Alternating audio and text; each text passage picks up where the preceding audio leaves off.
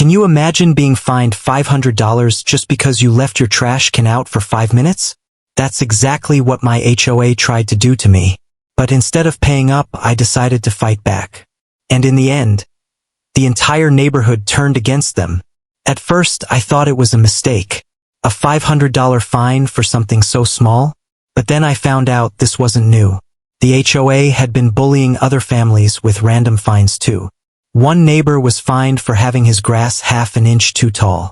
Another was charged for parking in his own driveway. It was clear they were using these rules to squeeze money out of everyone. I decided to fight. I went door to door talking to neighbors who had been victims too. I gathered letters, receipts, and photos as evidence. People who had stayed quiet for years finally spoke up. Soon, we had a group of over 20 families ready to stand against the HOA. And I knew the perfect way to expose them.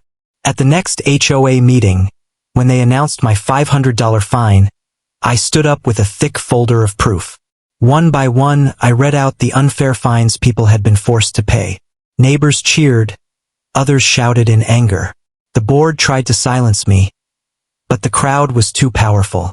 For the first time, the HOA realized the neighborhood was no longer afraid of them. By the end of the night, the $500 fine against me was dropped.